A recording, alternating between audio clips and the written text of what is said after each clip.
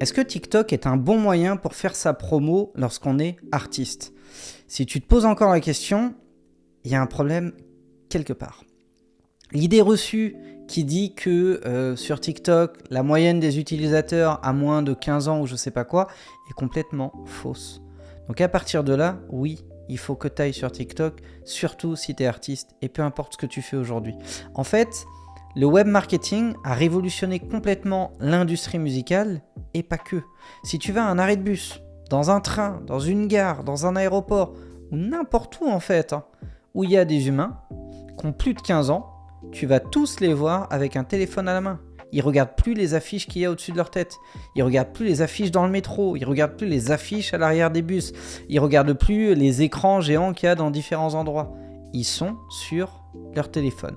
Et la plupart du temps, s'ils ne sont pas sur Internet en train de naviguer avec leur téléphone ou d'envoyer des messages, ils sont soit sur TikTok, soit sur Instagram, soit sur YouTube.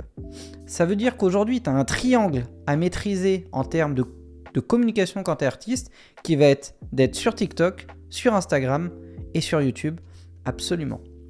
Et l'avantage que tu as avec ces trois plateformes-là, c'est que les trois déploient des contenus format court. Ça veut dire que stratégiquement, si tu veux développer ta visibilité massivement auprès d'un large public, et pas que de jeunes, mais de gens qui vont de 13 ans à peut-être, 63 ans ou 70 ans, il faut que tu aies du contenu format court et que tu le déploies en même temps, en parallèle sur YouTube, sur les réels d'Instagram et sur TikTok. Donc en réalité, est-ce que c'est bon pour toi d'être sur TikTok quand tu es artiste? La réponse est oui, mais pas que. Il faut que tu sois aussi sur Instagram et sur YouTube. Et le gros avantage, c'est que les formats courts, c'est facile à faire, c'est rapide à faire et ça coûte pas cher. Si ce n'est, c'est même gratuit en réalité. Donc l'avantage que tu as aujourd'hui, qui pour moi fait qu'on est dans la meilleure période pour développer un projet musical, c'est que tu n'as plus besoin, comme à l'époque que moi j'ai connu, de gros budgets pour faire des clips. Un truc fait avec ton téléphone, ça marche. Les gens ont l'habitude de ça. Ils sont plus choqués de voir une vidéo faite avec un téléphone parce qu'ils passent leur journée à faire des vidéos avec leur téléphone et à regarder des vidéos sur leur téléphone. C'est pas la même vision si tu veux. Même si les smartphones ont énormément amélioré la qualité d'image au fil des années. Mais il n'y a plus besoin de gros moyens pour créer des supports de com dignes de ce nom. 2, il y a beaucoup d'applications aujourd'hui qui vont te permettre de créer des shorts, des réels, enfin bref, des vidéos format court assez rapidement et assez facilement et gratuitement. Le logiciel de montage que j'utilise pour monter l'intégralité de mes vidéos, que ce soit celle que tu es en train de regarder maintenant, celle de cette chaîne YouTube, ou toutes les vidéos format court qui sortent sur mes réseaux sociaux, sont faits avec un logiciel gratuit en moins de 2 minutes. Chaque montage vidéo me prend moins de 2 minutes à faire, littéralement chronomontre en main. Donc c'est très rapide à faire, très simple et à moindre coût. Le deuxième gros avantage, c'est que moi, j'ai connu une époque où pour se faire connaître, fallait un budget promo qui se compte en centaines de milliers d'euros. Il n'y avait pas de débat. Si tu débarquais avec 20 000 euros, on t'entendait pas. Fallait au moins 100 à 150 000 euros. C'est pour ça d'ailleurs que sur les contrats, on garde ce montant-là parce que historiquement, c'était le strict minimum qu'il te fallait pour te faire un peu connaître. Et tu n'étais même pas sûr que ça marche. Mais tu étais sûr d'avoir au moins un minimum d'impact. Ça passait par de l'affichage, des humains qu'on paye pour aller afficher, mais aussi des affiches à fabriquer. Ça passait par acheter des mises en avant dans les magasins, des bornes d'écoute, ça passait par des spots en radio, en télé, etc., etc., des attachés de presse, des commerciaux. Ça coûtait très très cher de vendre du disque. Alors ça rapportait aussi jusqu'à la crise du disque, mais ça coûtait très cher. Aujourd'hui avec Internet, ça va très très vite. Mais il faut absolument être sur ces plateformes-là, sur TikTok, sur YouTube, sur Instagram. Maintenant, la grande question qui vient derrière, c'est ok, mais je sais pas trop quoi publier. J'ai pas d'idée. Si tu veux, moi, je suis artiste. J'ai pas envie de faire de gigolo sur Internet, à faire des blagues, à raconter des trucs à la con, à danser en bikini ou je sais pas quoi. Eh bien, je te rassure, la plupart des créateurs ne font pas ça non plus. Il suffit simplement de trouver un concept et que ce concept-là, tu sois aligné avec, mais qui plaise aussi à ton public. Alors ça veut pas dire que c'est facile, mais ça veut dire que tu as un moyen, entre guillemets, d'exister sur ces réseaux-là sans te renier. Le tout, c'est de trouver le bon concept. Et pour trouver le bon concept, ce que je recommande à tous les artistes et producteurs, c'est de prendre du temps, de passer du temps sur ces plateformes-là et de regarder ce qui marche et ce avec quoi ils sont alignés. À titre personnel, je suis une bonne vingtaine de personnes dans différents domaines.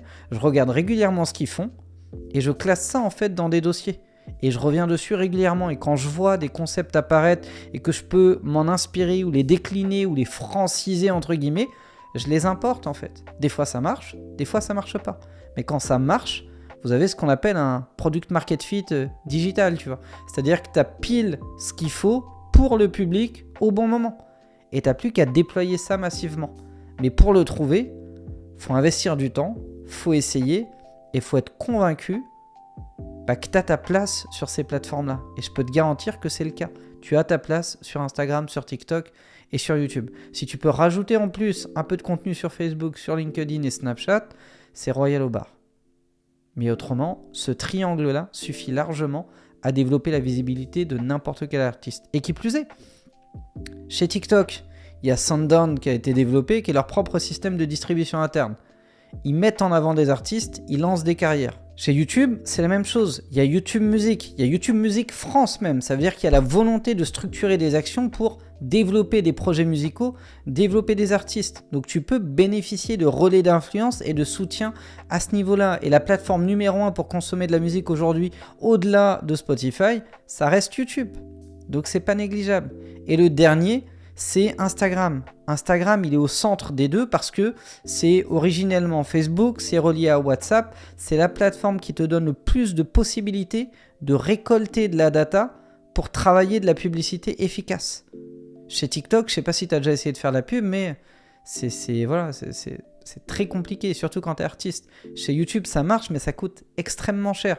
Sur Instagram, ça marche divinement bien, ça coûte assez peu cher, même si ça augmente d'année en année, mais ça reste assez peu cher. Et ça te permet de fonctionner, de te développer sur les autres plateformes aussi. Donc tu as vraiment un triangle à maîtriser, à mon sens aujourd'hui, qui est d'être sur TikTok, sur Instagram et sur YouTube. Et pour moi, tu as simplement à trouver le bon concept visuel, à t'imposer de créer du contenu régulièrement, à avoir la discipline de maintenir cette régularité et mesurer tes résultats pour aller all-in sur ce qui marche le mieux et arrêter ce qui marche le moins bien. Merci d'avoir été attentif à cette vidéo. Si jamais ça t'a plu, motivé, inspiré, appris des choses, donné envie de te lancer sur TikTok ou ailleurs, lâche-moi un gros like, abonne-toi à la chaîne YouTube Producteur à Succès. Ça récompense mon travail et justement moi aussi ça m'aide à répandre mon message et à diffuser les conseils et les bonnes pratiques que je partage aux artistes et aux producteurs de musique. Si jamais tu veux aller plus loin, je t'ai mis plusieurs liens dans la description, donc n'hésite pas à aller checker ça. C'est complètement gratuit, c'est du support de formation, d'information que je t'offre gracieusement, donc n'hésite pas à aller te servir dans tout ça. Je te souhaite le meilleur pour la suite, déchire tout et je te dis ciao ciao.